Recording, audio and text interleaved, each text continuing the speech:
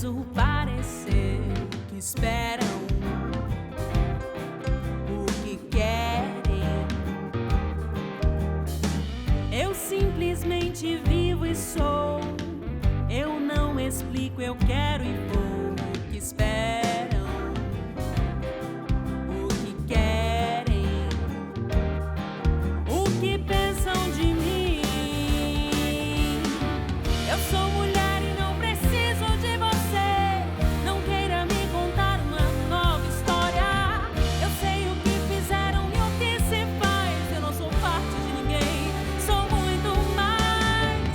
Eu tenho voz e não preciso da sua vez. O meu lugar é onde a vida me levar. Sou mulher. Hoje o programa Boca de Caçapa finaliza a série de Mulheres nas Artes Cênicas. Então, se você ainda não viu os outros episódios, é só entrar nos endereços que estão aí na tela e aproveitar informações reveladoras sobre o universo feminino no circo, no teatro e na dança. Vai lá, com certeza você vai curtir as opiniões de diversos artistas maravilhosos que passaram por aqui. Hoje vamos abordar sobre o olhar feminino alguns pontos que relacionam a cultura e a política. Então, bora lá? Roda a vinheta, produção! Gente, olha só as minhas companhias de hoje. Para tudo, venci na vida. Luara Aquino, Meire Maria e Andrea Banguin, que é também diretora desse programa, né? Sejam super bem-vindas, muito feliz de recebê-las aqui. Tô no meio aqui da experiência e do legado feminino nas artes. E eu queria começar, queridas, com uma perguntinha básica para vocês. O que é cultura? Na realidade, Maju, você está fazendo uma pergunta que a gente sempre perguntam isso pra gente, né? O que é cultura? O que é arte? Qual a diferença de cultura para arte, né? E sempre há um processo muito confuso sobre tudo isso, né? Então, assim, eu costumo falar que o nosso mestre maior, Gilberto Gil, fala isso desde sempre, né? E uma vez eu estava, graças a Deus, junto com ele, pessoalmente, e ele virou para mim e falou assim: você não concorda comigo, Tocantins? O que é cultura? Cultura é tudo. Meu rei. Exatamente. E é tudo realmente, porque, por exemplo, quando você chega, eu pelo menos quando chego em alguma cidade, algum local diferente, seja aqui no Brasil ou fora do país, o primeiro lugar que eu vou é a feira. Né? Se você identifica rapidamente o que é a cultura daquele pessoal ali, quais são os hábitos, os costumes, o que come, através da feira. Então, cultura realmente é tudo. Eu concordo com o nosso mestre Gilberto Gil. Cultura é tudo. É o jeito que você come, é o jeito que você veste, é o jeito que você se expressa, é a gíria, é tudo. É o contexto do ser humano, o maior contexto do ser humano. E a arte vem para poder expressar tudo isso de uma maneira muito ímpar, muito maravilhosa. Mas, para mim, Meire Maria, se as minhas amigas me permitem, e concordo, cultura é tudo. Vocês concordam, gente? Eu concordo que cultura é tudo e ainda vou complementar o que a Meire falou aí. Eu acho que, primeiro, que não é uma pergunta tão básica. A pergunta até é básica, mas a resposta é complexa. Né? A pergunta é básica com resposta complexa. É muito difícil se definir o que é cultura. Né? Então, ela é ampla, ela tem uma vastidão e, além do mais, a cultura, ela se movimenta. Né? Sim. Então, essa é a do mestre Gilberto Gil, que cultura é tudo, já abrevia e é mesmo. Mas a gente pode citar, além desses elementos que a Meire comentou sobre a tradição, os costumes, as crenças, a gente também pode incluir hoje, com garantia, em relação à cultura, principalmente quando se fala de política, de cultura. As nossas leis, é obrigatório, a legislação faz parte desse processo, cultura, né? Dessa cultura. E, além do mais, também eu queria enfatizar que a cultura não é uma questão individual. A cultura é uma questão de grupos, né? De sociedades, de nações, de países. Então, eu acho que isso que é o mais bonito da cultura. Bacana. Né? Aglomerar, né? Justamente, eu entendo isso também. Ela é tudo, porém ela é polissêmica. Ela é algo que não é estático. É uma coisa muito importante a gente pensar nisso, porque ela é mutante. Ela muda por quê? Porque é a expressão de quem? De um povo, de uma sociedade, é a ação humana sobre um espaço. Né? Então, é importante a gente entender dessa forma que a Andrea colocou, nesse sentido mais profundo da maneira de expressão de um grupo social, seja ele aonde estiver, e mesmo que a gente passe por vários processos, como imposições, como que norteiam até, ou cerceiam até a criatividade humana, o povo ainda reage e continua com a sua genuína forma de expressar. Mesmo que aparentemente morra algo, os processos fazem com que eles se manifestem. Muito bom. Então, é bastante importante a gente pensar isso enquanto processo humano. A gente falando de conceito de cultura e de política, é isso. O início foi o quê? Estabelecer uma relação com a própria sociedade, com os artistas, porque a gente fez um bate-papo cultural em Palmas. Naquela época, para quê? Para buscar entender o que eles entendiam que era melhor para a cidade e para eles. Mas isso, diga-se de passagem, Luara, só aconteceu porque nós tivemos uma gestora no início de tudo, uma gestora pública, uma funcionária pública, né? Como você, que convidou pessoas como eu e Andrea, e que você sabia que tínhamos uma ideologia muito forte, e você acabou se unindo. Eu sempre falo, né? E me desculpem a emoção, porque realmente me emociona. Estar bota com pra pessoas fora, gente. Fiquem como tranquilos. vocês, estamos vivas e estamos juntas e continuamos na luta. Porque isso para outras pessoas pode ter acontecido há 100 anos atrás, mas para nós não foi ontem, há 30 anos atrás. Então nós tivemos uma gestora, uma mulher, uma mãe, uma esposa, uma cidadã, uma servidora pública, cara, que falou, não, peraí, vocês vêm aqui, eu quero ouvir vocês. A gente não tem palco, a gente não tem luz, a gente tem barro, a gente tem lama, a gente tem poeira, mas vamos fazer assim mesmo. Principalmente você como gestora pública, porque sempre vem tudo do governo primeiro, ainda mais naquele momento que estava tudo sendo construído, a gente não sabia nem para onde correr, com tanto mosquito, tanta poeira, e fala assim, não, nós vamos fazer.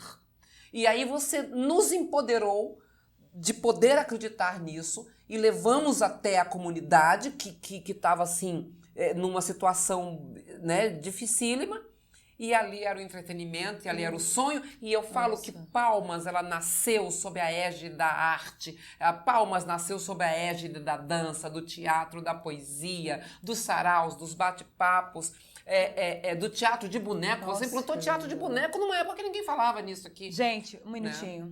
O que vocês estão assistindo, o que vocês estão vendo agora, é uma demonstração real de emoção, de lágrimas, amor, né? de De respeito. 3 mulheres protagonistas da história da cultura em Palmas, da construção do processo cultural. Então, isso que você está vendo aqui é tudo muito real, né? A pessoa que criou esse programa, que está sendo aqui reverenciada pelas outras, que também fizeram essa militância em vários campos há anos junto com ela. Então, esse é o Boca de Caçapa. Para isso que ele foi criado, né? Tá aqui justamente para esse momento que está aqui, né? A garra continua.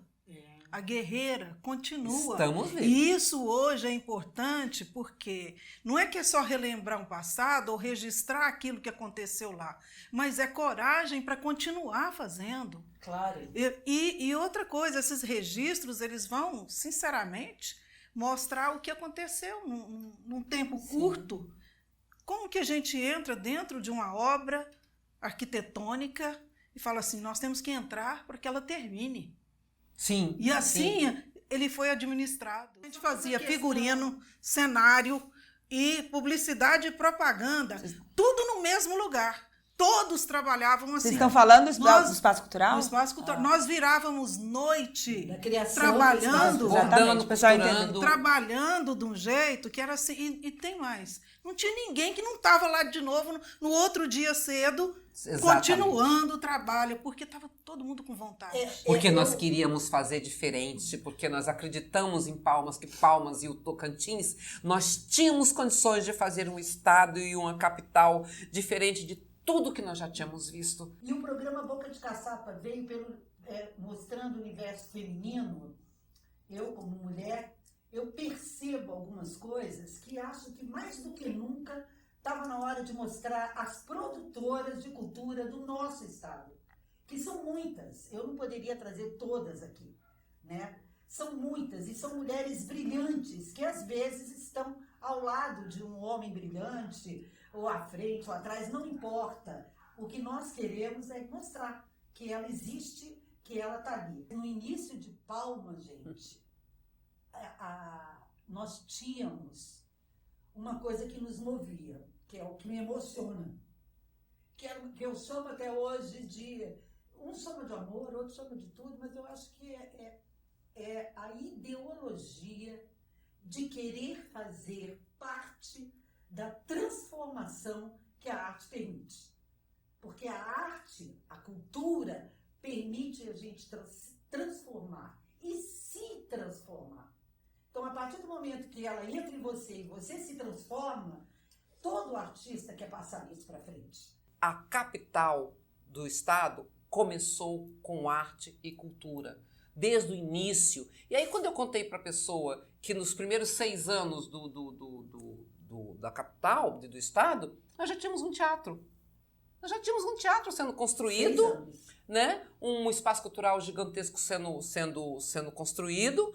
Mas antes dele ser construído, não foi uma coisa de cima para baixo. Veio uma coisa do meio para cima, que nós já fazíamos arte, nós já fazíamos cultura como gestoras públicas, como produtoras, como professoras, como artistas e como mães. Nós já éramos, a maioria, a André já era mãe, Luara já era mãe, nós já éramos responsáveis por famílias, então a gente queria que a nossa família tivesse acesso a isso. Com certeza. E aí as crianças daquela época de Palmas, hoje nós encontramos na rua, hoje são pais, são avós, né? E eles falam, eu me lembro quando você ia no meu bairro com o boneco, eu me lembro quando o caminhão foi na minha cidade, porque aí quando o processo continuou no estado também, que eu falo que eu tive a honra de, né, trabalhar na primeira gestão pública de cultura da capital e fui assumir a Fundação Cultural do Estado, mas sendo passado pela Escolinha Luara Aquino, né?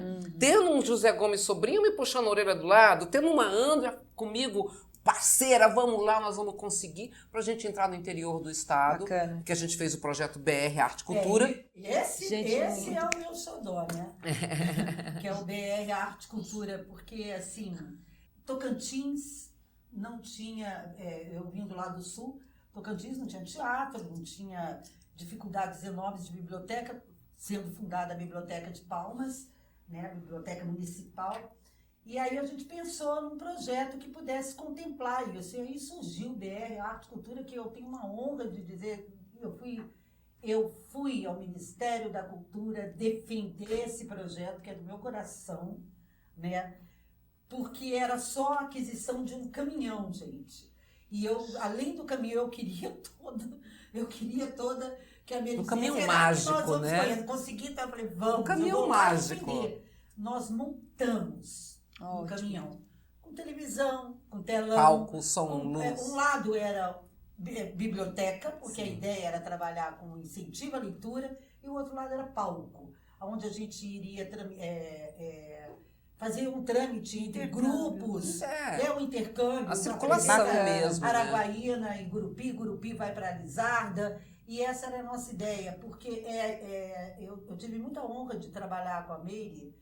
Isso eu queria deixar registrado aqui, porque ela compreendeu o formato como eu entendo o que é cultura, voltando àquela pergunta. Não, bacana, gente. A cultura, ela tem que ter atos, projetos e ações que sejam permanentes e que vão até a ponta. Ótimo. Nós precisamos trabalhar na ponta. Então, se o modo como cada pessoa se relaciona com a cultura da sociedade ou grupo em que está inserida varia, isso significa que cada nação possui sua cultura própria, que a diferencia das outras, né? Então, Meire Maria, o que define, então, a identidade cultural de um povo e qual que é a sua importância para um povo? Eu acredito que o que define a identidade cultural de um povo é a sua própria força. O Tocantins, a identidade cultural do estado do Tocantins é avassaladora, né? Não tem somente 30 e poucos anos, evidentemente, é secular, é milenar na realidade. Vamos começar pelas pinturas rupestres de Lajeado. Então, a identidade cultural de um povo é a alma desse povo, é a força dele, é como ele sonha aonde ele quer chegar e como ele convive com tudo isso dentro de um campo imaginativo fabuloso que, graças a Deus, temos. Como já foi mencionado, a cultura é o que cria a nossa identidade, compõe o sujeito, grupos de pessoas e norteia as próximas gerações. Luara, na sua opinião, como que se caracteriza a cultura tocantinense? Existe uma identidade cultural mesmo sendo um estado tão novo? Sim, eu entendo que a identidade cultural ela vai se formando, mas não uma identidade. É formado por várias identidades, né? Se a gente restringir, nós estamos restringindo a cultura. Então, a cultura a gente tem que estar mais aberto, não estreitar aquilo que a cultura permite. Então, por exemplo, nós temos os catireiros. Eles representam a nossa cultura. Nós temos hoje o que fala muito da rabeca, representa a cultura tocantinense. Nós temos o capim dourado, o produto global tocantinense que anda por todos os países aí, né? E é maravilhoso, é lindo. Mas nós temos também o nosso modo de ser e de interpretar as coisas. Por exemplo, as redes sociais, hoje, né, na atualidade, é um meio onde se visualiza e se percebe como que o povo gosta do pôr do sol de Palmas. Eu quis fazer referência pelo que você colocou. Isso é uma forma de consumo cultural. E isso é um consumo cultural de quê? De visualizar, a partir das redes sociais, uma forma da imagem. Hoje a imagem e o som falam até mais do que as palavras. Então eu vejo que a nossa identidade é formada por plural. Ela não é uma identidade única. bem. O que a caracteriza é do mesmo jeito que o nosso país. Nosso país não tem uma identidade única, mas tem várias coisas que faz com que caracterize aquele lugar. Então, as festas do divino é parte da cultura tocantinense? Representa? Sim. Então, o artesanato tocantinense faz parte daquilo que é o fazer artístico e cultural. Não é somente a cultura da arte, mas é a cultura do ser humano e dessas intervenções. Os quilombolas representam o nosso estado? Sim. Os indígenas representam o nosso estado. Então, as Ritiocô, que é um patrimônio cultural brasileiro reconhecido nacionalmente pelo IFAM, ele é um patrimônio que representa a nossa identidade cultural. Então, eu vejo que o Tocantins é plural na sua identidade. E viva essa pluralidade. Eu concordo também, acho que é isso.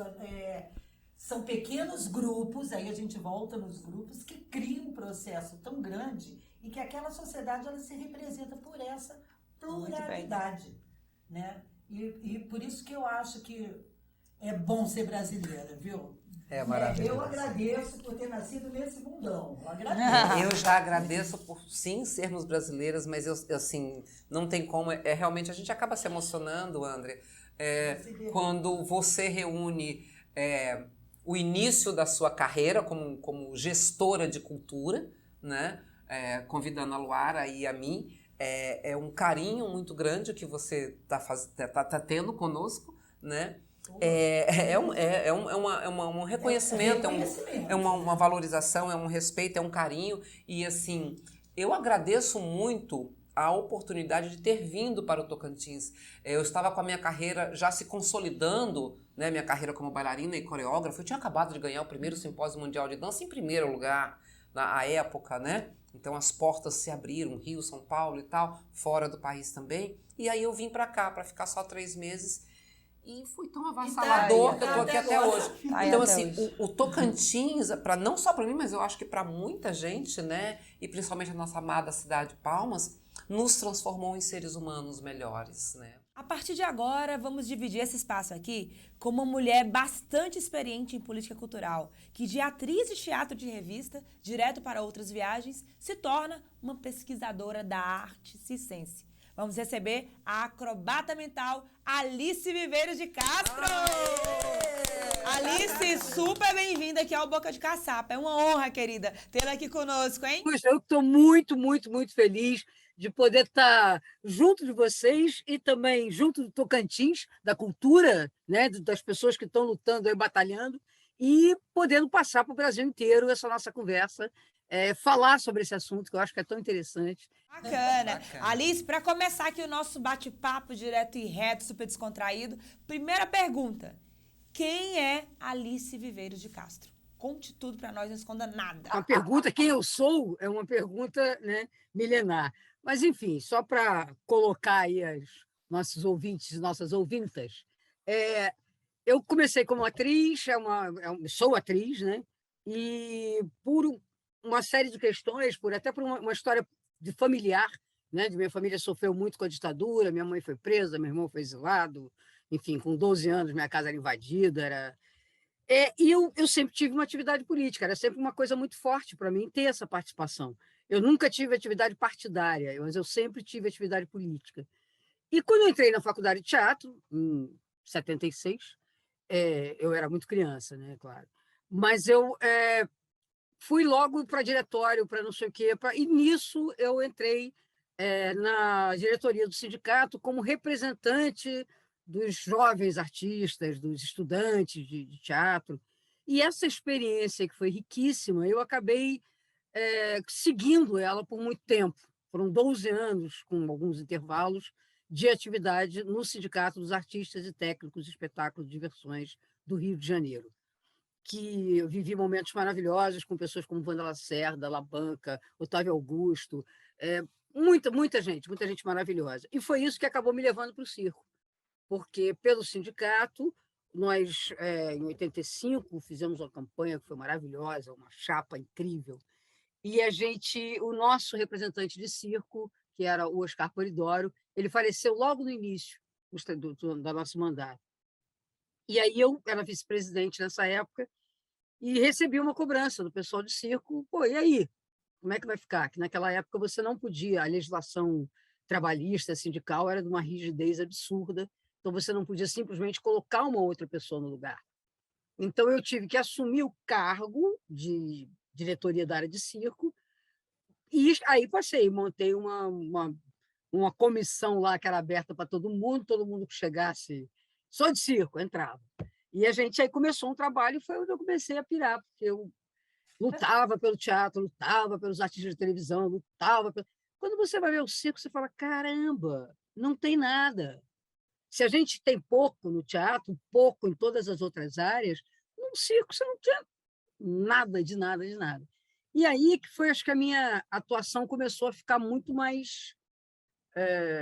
Enfim, eu me dediquei de corpo e alma, porque era uma área muito carente, muito importante. Todo mundo vai ao circo, todo mundo ama o circo, mas na hora de entender o que é essa produção, de entender o que é essa necessidade, isso vai se perdendo. Então, eu juntei a minha experiência já com política cultural para teatro, política cultural para dança, a gente trabalhava também com modelo manequim, com o sindicato, era um sindicato, naquela época ainda, um sindicato que atendia tudo, circo, teatro, dança, ópera, cinema, rádio, televisão, enfim. E aí eu comecei a pesquisar também por isso, quer dizer, eu já gostava de pesquisar, mas eu comecei a pesquisar porque eu não sou de circo, eu não era de circo, eu não sou uma moça de família de circo, né? Que é como se diz. Então, eu precisava conhecer, eu precisava entender do que eu estava falando. E, graças assim, às deusas, eu fui muito bem recebida por algumas pessoas, em especial, que perceberam essa minha incapacidade e, ao mesmo tempo, a minha capacidade.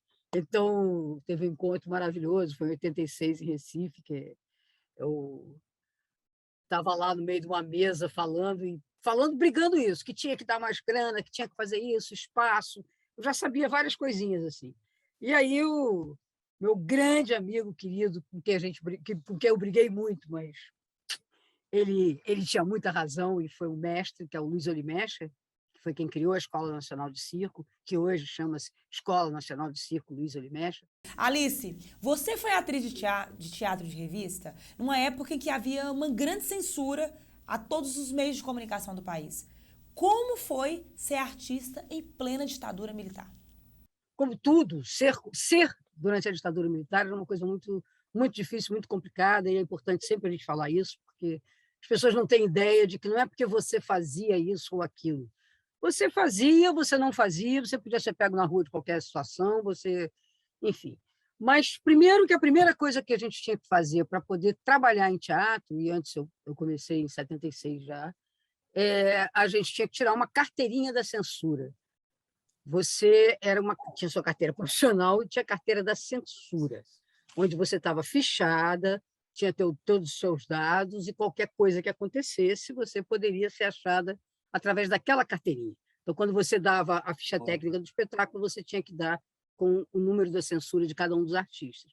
E você, para fazer qualquer espetáculo, você fazia... O texto era liberado, era entregue à censura, liberado com cortes, sempre eles adoravam fazer uns cortezinhos bobos, e você, na véspera da estreia, você fazia um espetáculo, com luz, com figurino, com tudo, só para umas 3 ou 4 pessoas da censura que iam lá e ficavam anotando o que achavam do espetáculo. O que te motivou a ser sindicalista e como é que era o sindicato naquela época? Olha, o que me motivou, para você pensar bem, eu entrei em 76, em 78 a Lei de Regulamentação dos Artistas e Técnicos foi aprovada finalmente. Então, esse era um momento muito rico, porque estava se fazendo a lei, estava se lutando pela lei, era todo mundo lá para cá, era Lélia Abramo, era sei lá quantas milhões de pessoas, Paulo José, Diniz Fati, todo mundo estava envolvido nisso. E foi aí, eles foram à faculdade de teatro para falar sobre a lei, pediu que a gente se envolvesse nessa questão, porque, afinal, a lei ia ser para a nossa geração e tal, e eles pediram, indicam uma pessoa para ser do sindicato, e aí a turma toda me indicou.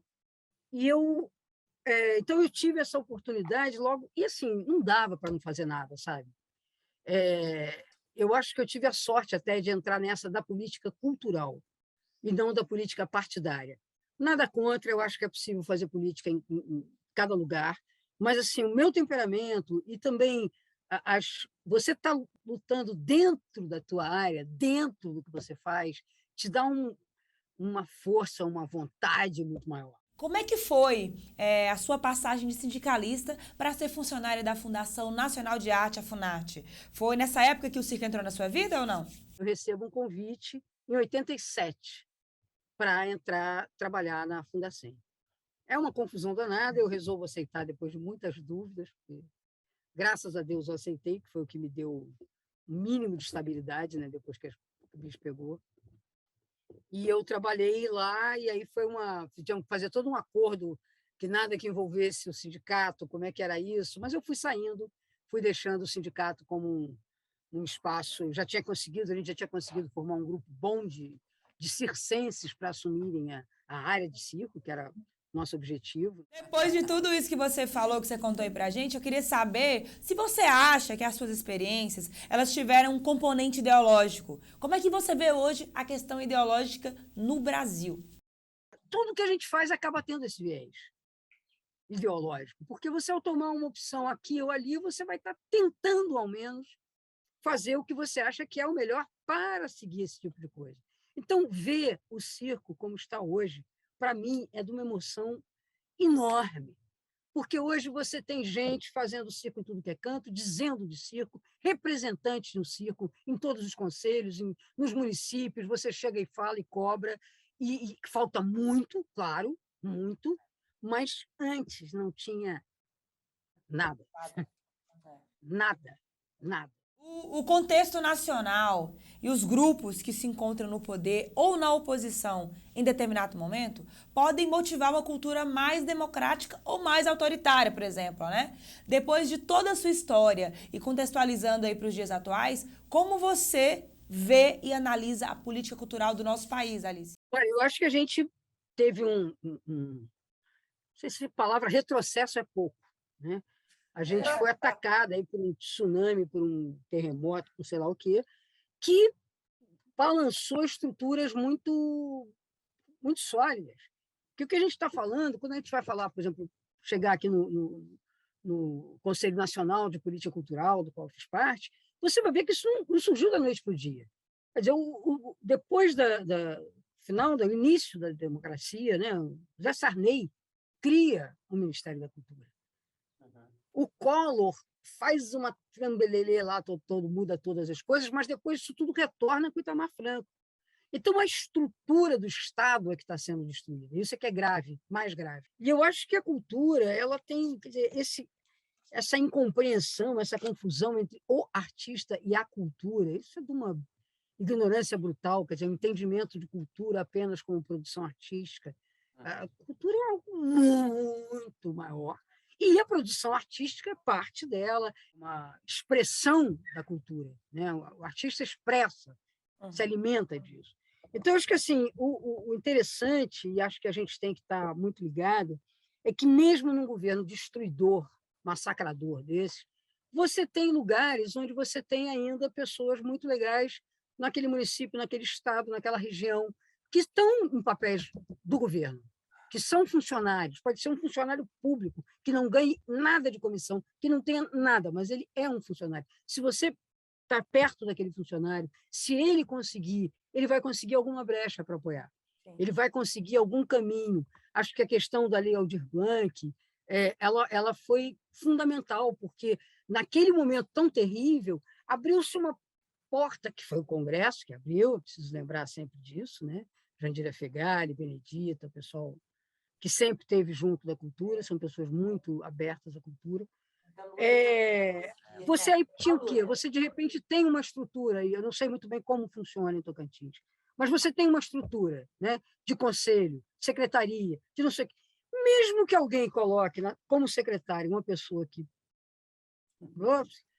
Se você tem ali um funcionário que já trabalhou com outra secretária, você tem ali eu não sei quem que sabe não sei das quantas, você tem um conselho, você começa a dizer, porra, peraí, vamos pegar essa lei aqui, como é que a gente vai fazer o melhor possível dentro dessa situação? Alice, vou pedir para você deixar registrado aqui e contar para a gente em primeira mão o que você tem planejado para esse ano e também as suas considerações finais aí. Agora eu estou fazendo um trabalho sobre a família Zanquetin, que é um grupo de trabalho com o Mário Bolognese, que é doutor da Unesp, e reuniu um monte de pesquisadores e pesquisadoras sobre a mulher no circo itinerante, no circo da tradição, do circo, né, que a gente tem uma dívida, eu acho, muito grande com essas gerações todas. E isso é um dos trabalhos, e de resto estou aqui aventando coisas. Aventando artigos sobre isso, eu vou fazer não sei o quê. Mas eu estou muito um outro ritmo, eu mudei completamente. Se eu já me conhecesse 20 anos atrás, eu já estava aí. Nas considerações finais, eu quero dizer da importância, quer dizer, eu me sinto muito feliz de poder fazer parte, muito honrada, porque a gente vai fazendo as coisas na vida e a gente não fica olhando, né? Eu fiz, legal. Você vai fazendo as coisas, né? E aí, quando você consegue também poder ouvir e perceber que o que você fez foi legal, é muito importante, e mais ainda, quando você vai vendo que você tem parceiros para fazer muito mais, né? Então, eu acho que isso é uma das coisas que eu tenho muito a agradecer, que vocês me abriram uma porta muito importante para uma área do Brasil que eu conheço muito pouco, e que eu tenho muita curiosidade, e a gente depois fala, eu queria saber mais também sobre arte rupestre do Tocantins. Obrigada por você ser pesquisadora. Nós temos falta de pesquisas, sabe? Falta de registros. Então, obrigada. Eu sou uma aprendiz da pesquisa, né? Porque eu também amo pesquisar. Então, obrigada mesmo pelo seu, por essa sua contribuição. Não, e pegando o gancho de André, a Luara é uma pesquisadora também. É outra. Eu sou uma pesquisadora empírica, né? Eu também não tenho informação. Então, assim, eu não tenho formação universitária. Mas a pesquisa é fundamental, né? Muitas coisas unem vocês. Nós estamos te esperando aqui no Tocantins, viu, Alice? Com certeza, Nós estamos aqui impunemente. E, senhoras e senhores, Alice Viveiros de Castro, nossos mais sinceros agradecimentos ao seu legado aí, viu? Um abraço para você, que energia maravilhosa. E voltando para cá agora, eu gostaria de saber aqui das nossas conselheiras, a Luara e a Meire, de forma bem objetiva, devido ao nosso tempo, o que representou a Lei Aldir Blanc, levando em consideração o Conselho de Política Cultural do Estado como um colegiado representativo dos artistas e fazedores de cultura aqui do Tocantins. A Lei Aldir Blanc, ela veio num momento de muita dor e de muito aprendizado, porque foi um aprendizado muito grande, porque afinal de contas você leva-se anos para instituir uma lei, regularizar ela, implantar, fazer ela andar, e de repente a Lei Aldir Blanc fez, buf, de uma vez.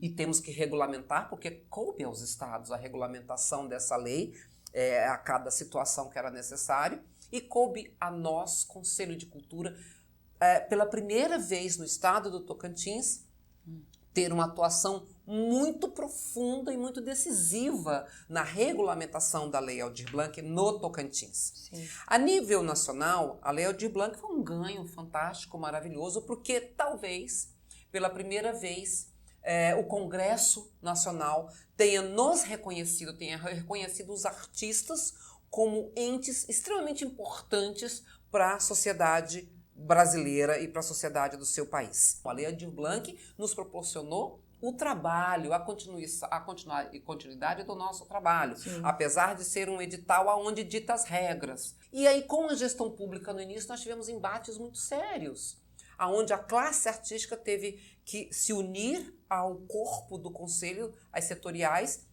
e falar, não é assim que pensamos, não é assim que queremos. E aí realmente veio o papel do conselho, que foi extremamente importante para que a lei fosse aplicada no nosso estado. Porque, ao início, a gestão pública responsável pela cultura do estado queria devolver os 18 milhões. Não, aqui a gente não precisa. Não, aqui não vai dar certo. Não, aqui não tem como implantar.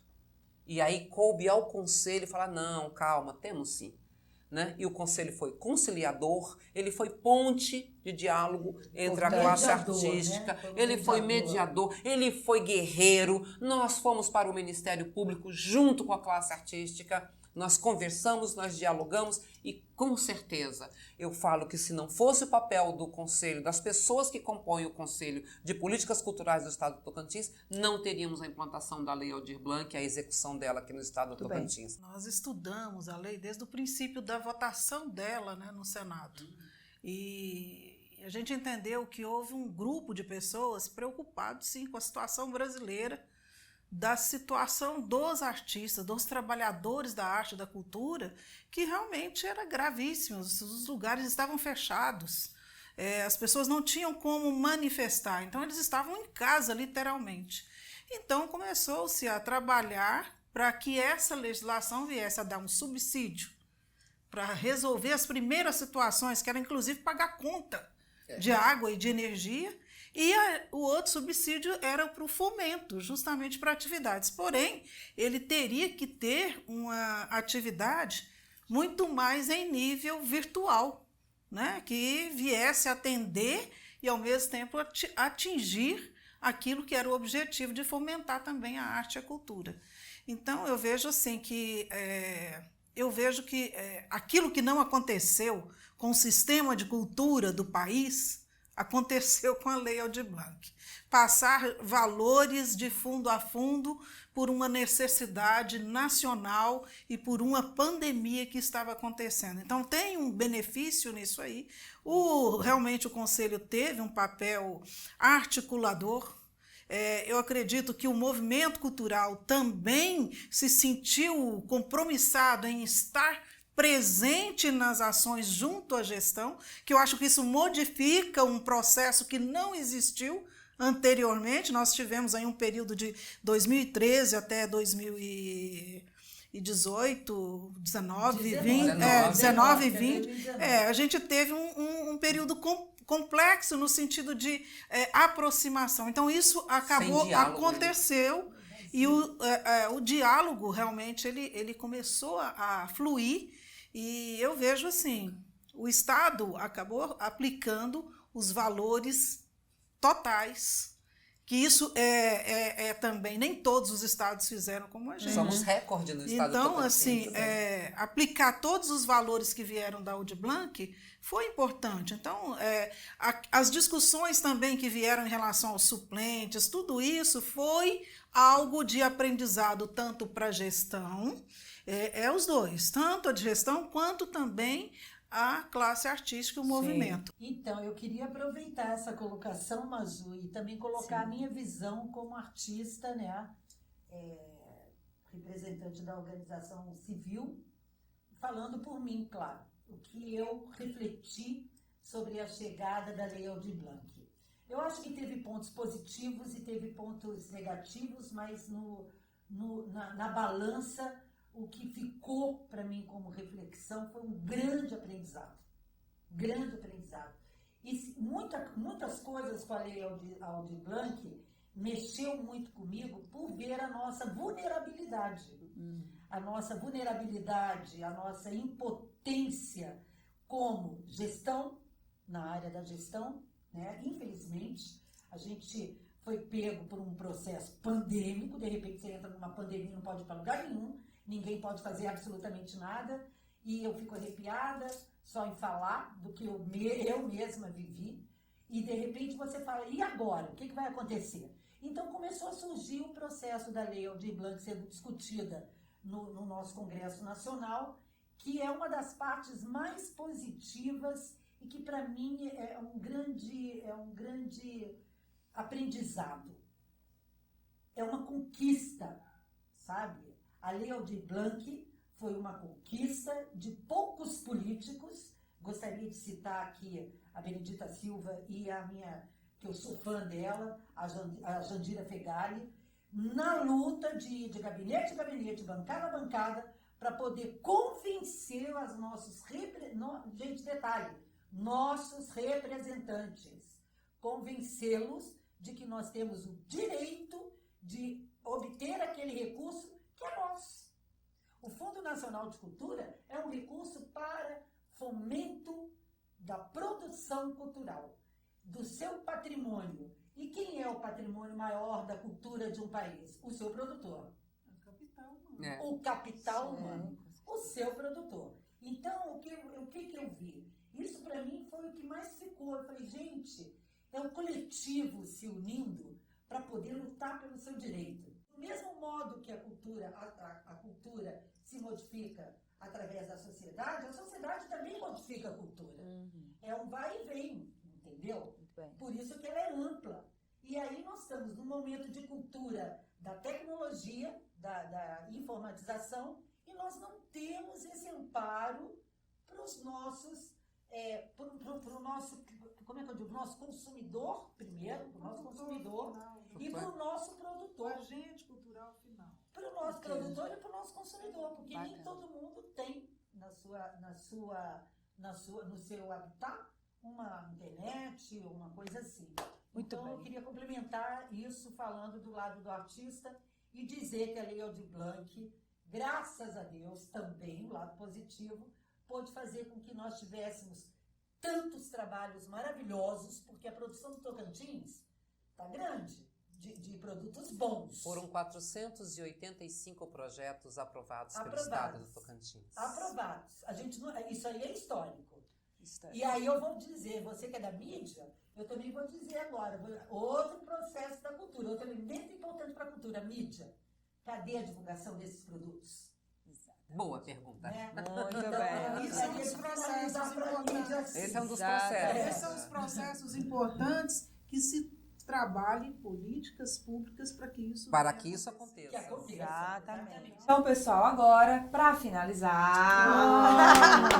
depois desse bate-papo tão construtivo, profundo, com riqueza de detalhes, a gente quer saber de vocês. Contem-nos tudo, não escondam nada. Quais os planos para esse ano, projetos, tanto pessoais quanto do conselho. A palavra está com vocês aí. Eu penso que em relação ao trabalho junto ao conselho e a nossa contribuição com a gestão, nós devemos trabalhar a questão do revisão do plano de cultura e fazer com que isso venha a partir de conferências e que a gente possa ainda realizar parte delas esse ano e que até abril do próximo ano a gente tenha essa revisão concluída. Eu fiz 2 curadorias que me foram assim, muito gratificantes em relação à arte, com 2 grupos importantíssimos. Um era sobre o sagrado feminino. Eu adoro. Então foi muito interessante, eram arquitetas que não eram artistas, mas estavam artistas. E ali elas mostraram que elas pensam, com uma pesquisa muito rica, e foi uma participação maravilhosa. Bacana. Agora com a Lei Aldir Blanc? Com a Lei Aldir Blanc. Aí, ó, tá vendo?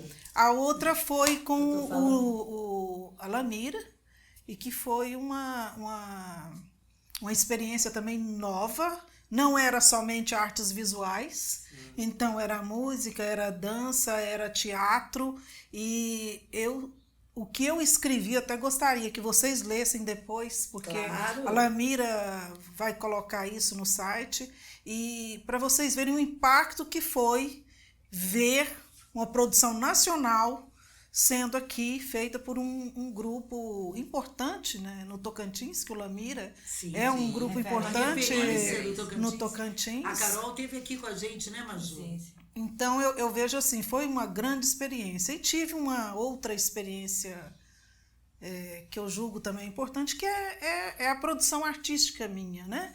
Então fui convidada para fazer o Irmã Dulce. Gente, Eu vou emocionar, né?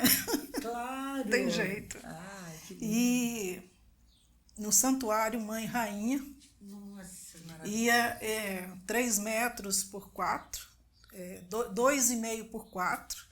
Subi ali naquele andaime, mas a emoção foi tão grande que eu acho que eu estava junto com eles, e eles emocionados e eu mais ainda, produzindo aquilo ali. Então eu gostaria de convidá-los até a ver esse trabalho, que foi importantíssimo.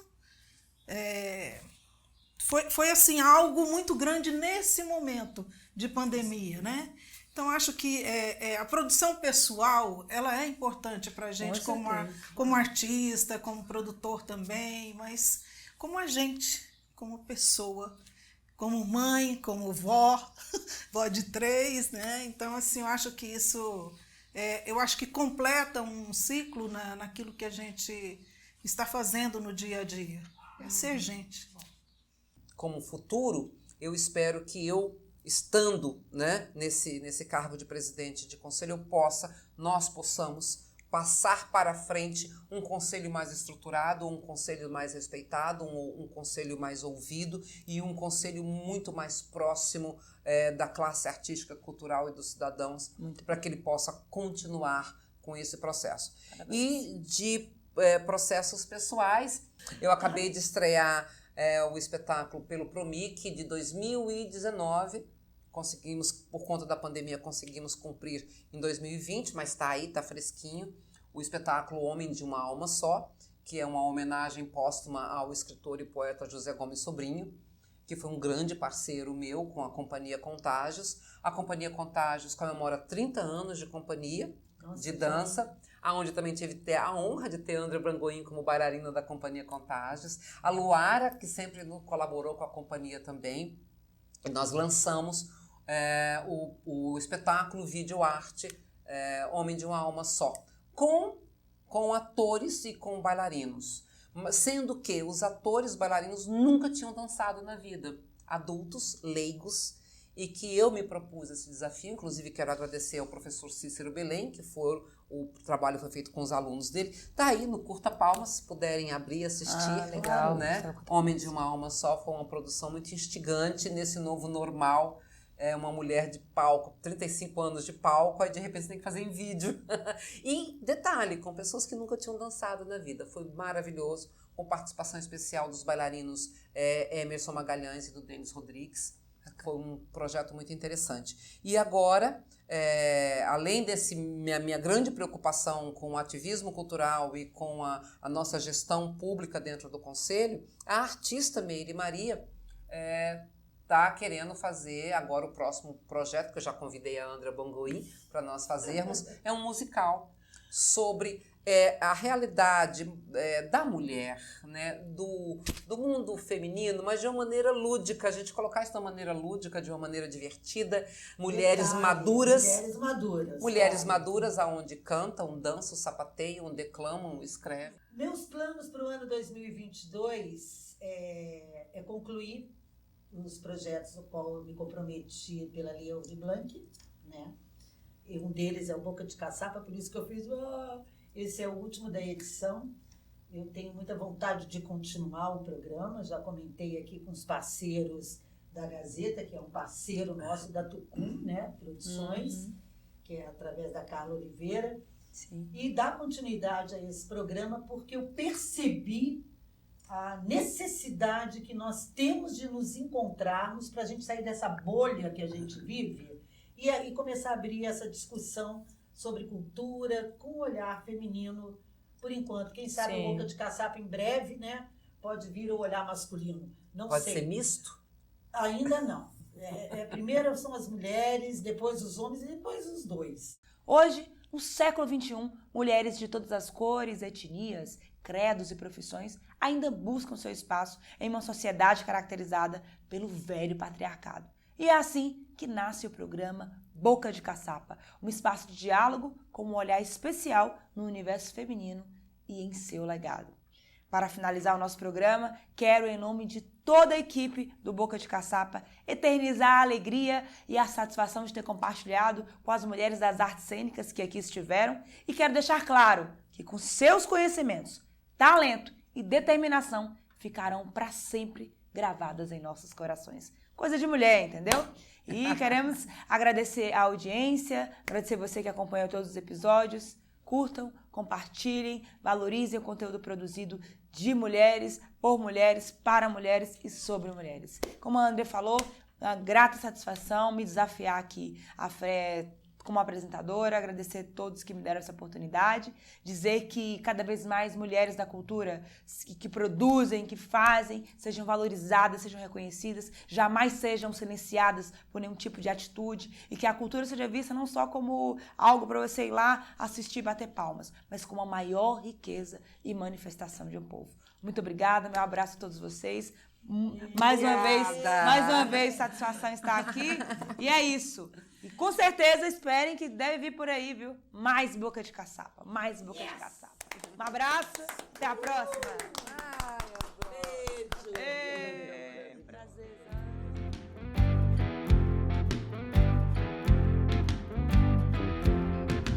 Eu não nasci pra ser você. Eu não preciso parecer o que esperam, o que querem. Eu simplesmente vivo e sou. Eu não explico, eu quero e vou o que espero.